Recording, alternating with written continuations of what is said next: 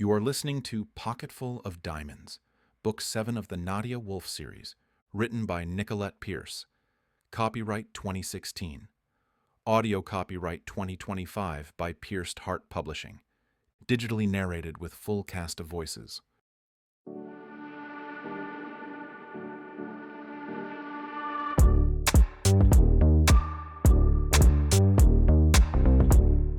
Chapter 9.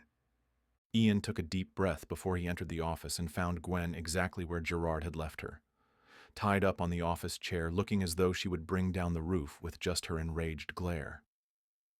How long do I have to stay like this? I've done nothing to warrant this treatment.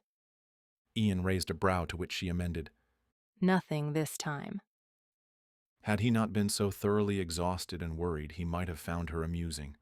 Gerard had wrapped her up like a mummy in yellow caution tape. Her stormy expression only added to the silliness of her current predicament, one that he should apologize for. He hadn't meant to leave her alone all day. Please untie me. I've had a terrible itch on my nose for the last hour. Ian pressed his lips together to keep from smiling. God knew he didn't have much to smile about, but something as simple as a nose itch had his lips twitching. He must be more exhausted then, he thought.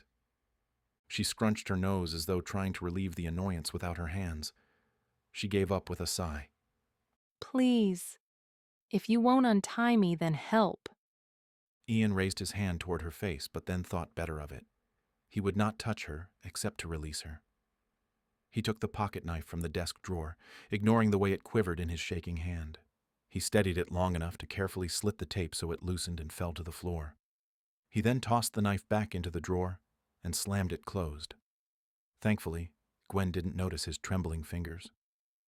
Gwen quickly scratched her nose and sighed with relief. Thank you. He didn't want her thanks. It felt odd to hear those words, seeing as he was the reason she was without the use of her limbs to begin with.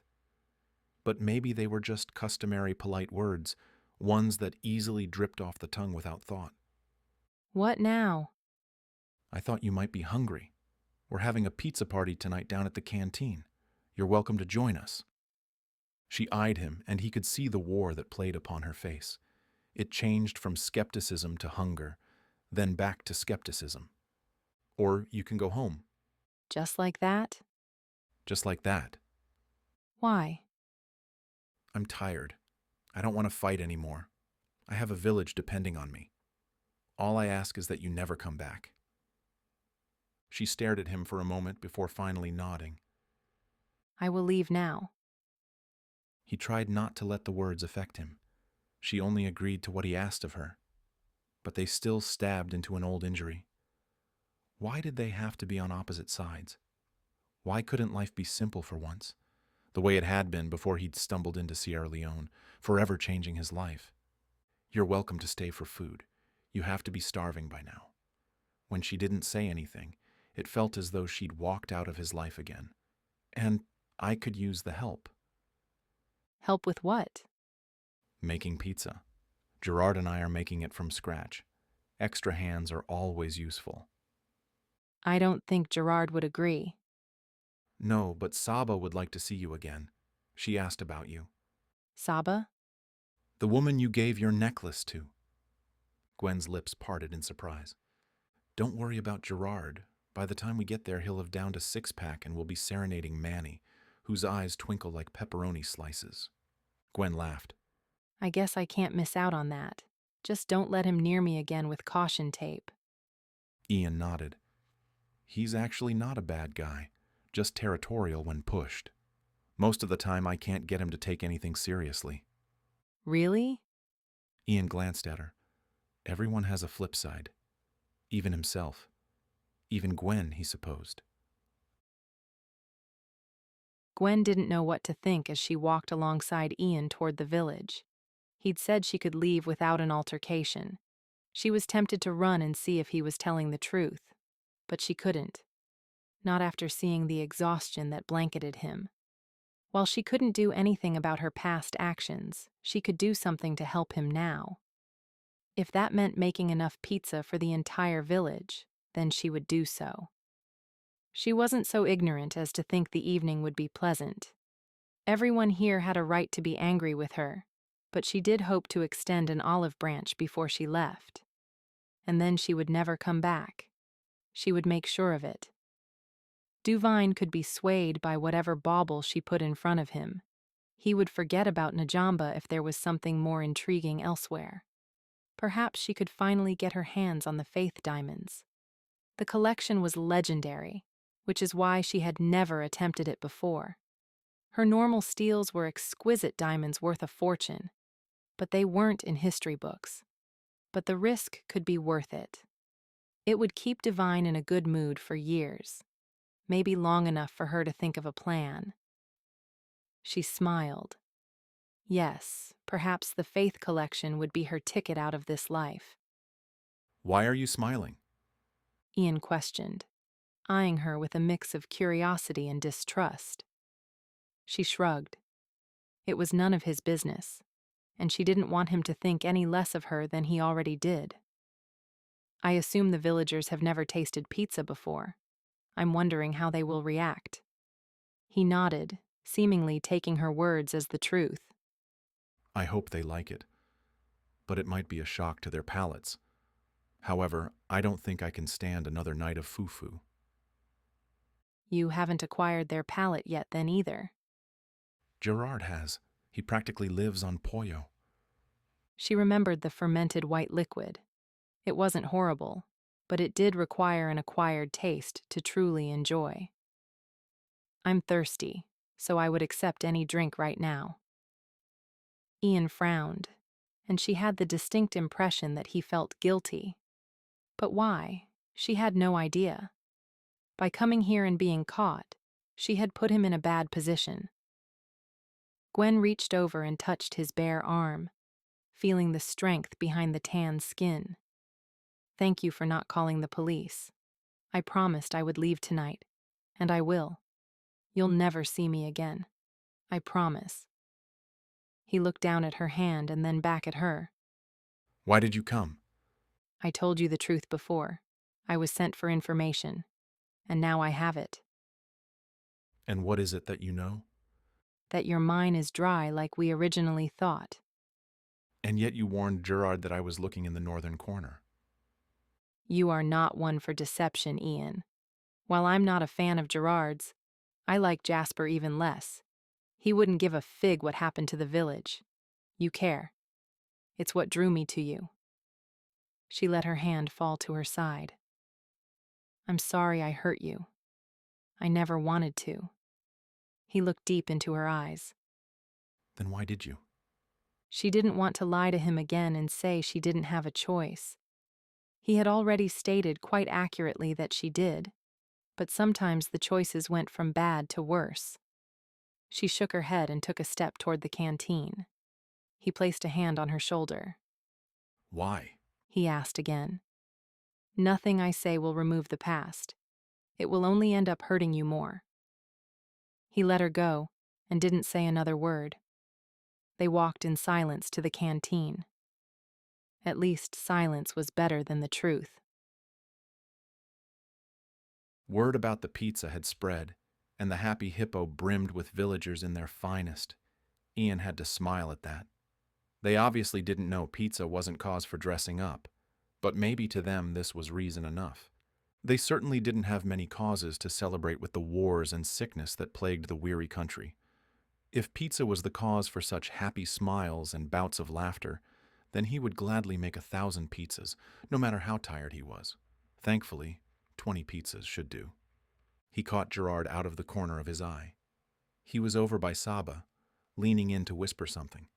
She frowned and shook her head. Gwen must have noticed too, because she asked, Do you think something is wrong? Saba's dad Fode has been missing today. Maybe they haven't found him yet.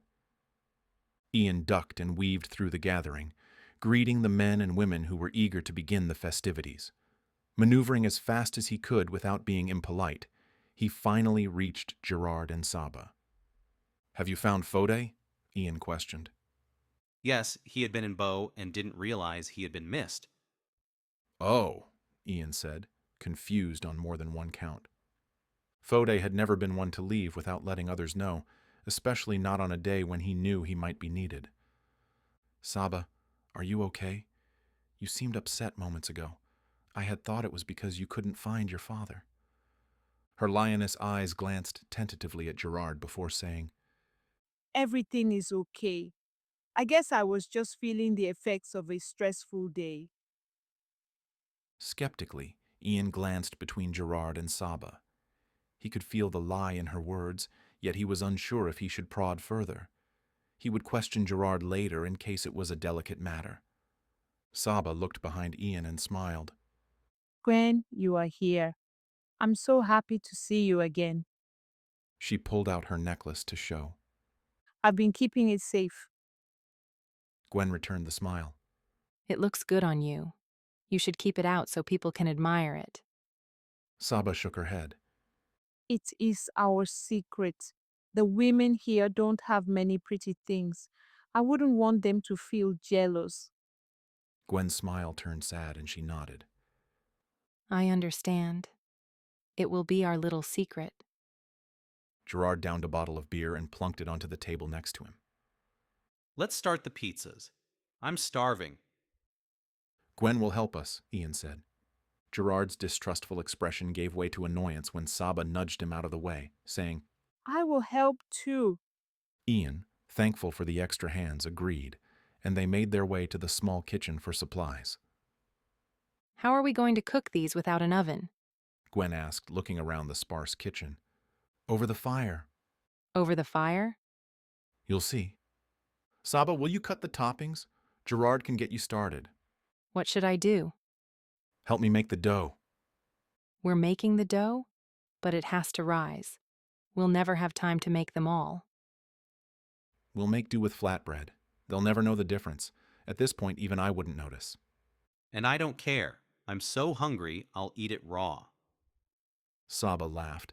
You are always hungry. You eat more than the entire village. I have to. Gerard flexed his bicep. I require extra energy for these babies.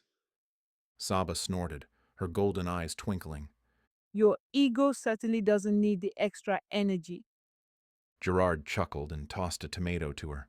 She caught it with ease and brought it to the cutting table to begin preparing. Gerard followed her with the remaining vegetables and small quantities of meat, leaving Ian and Gwen alone. She cleared her throat. I guess we should get started or they'll be done before us. Gerard has to make the sauce as well, so we have plenty of time. I would have never guessed he could cook. Gerard is more versatile than he lets on. Ian took out the flour and began measuring. He had remembered a very simple flatbread recipe from a class he had taken in college. He couldn't remember why he took the class, probably a pretty face that he was interested in seeing. But the recipe he remembered quite vividly. Perhaps it was because it was the first thing he had made from scratch. Gwen watched Gerard with interest. Versatile? Like how? Ian tried hard not to notice the jealous twinge that pricked his insides at Gwen's notice of Gerard. It wasn't as though Ian liked her. He was just using her for extra hands to help with dinner. But he also felt a little possessive of her, which was probably natural, given their night together. Of course, he wouldn't want her interested in anyone else, especially not Gerard. He pushed a bowl in front of her. Stir this while I measure another batch. She took the bowl and spoon, focusing on the dough instead of Gerard. It was moments later when she prodded, Well, Well, what? you said he is versatile. How? Why do you care? Ian asked, trying to keep his tone neutral. I was just curious. He seems to change in a blink of an eye. I guess what I meant is that he tends to acclimate better than I do. We both arrived here at the same time, and yet he is nearly a local while I still have to choke down Fufu. Gwen smiled. This kind of life isn't for everyone, Ian. I know I couldn't do it. Not for any length of time. I love modern conveniences too much. So did he. By traveling extensively, he was used to foregoing air conditioning and showers in exchange for desert trekking and mountain climbing. But he always knew he'd arrive back in civilization where he could relax until his next adventure. His last adventure had landed him here. And for a while, everything was right with the world. He felt like he had finally come home. Little by little, that feeling was slipping away, and it scared him. His comfort level had plummeted the day the rebels came and tossed him blindfolded into their jeep. However, he couldn't leave, not when there was so much still to do. And yet, he didn't see himself growing old here either. You're quiet. Do you think Jasper will be back tomorrow? Ian shook his head. I think he'll be back, but not tomorrow, though I wouldn't doubt he'll have men watching to see what we do. So you'll leave the diamonds in the ground. You know they won't stay safe there forever. It was no use trying to deny her suspicions. When it came to diamonds, she had more of a sense for them than Gerard. They'll never be safe in Sierra Leone. I have to get rid of them fast. I'd offer to help, but I don't think you want me anywhere near them. Ian watched as she stirred. What was it about her that made him want to trust her when he knew she'd steal from him again? Weren't the first 2 times enough? She rubbed her nose with her forearm, leaving a smudge of flour. The palest of freckles that he'd never noticed before shone darker next to the white dusting. His fingers twitched, wanting to reach out, but he held back. No, she was not to be trusted. It was just his body trying to convince him otherwise. It wasn't the first time his body had led him astray, but he sure wouldn't let it again, especially not with Gwen. He just had to survive tonight, and then he would never see her again, as long as she kept her promise.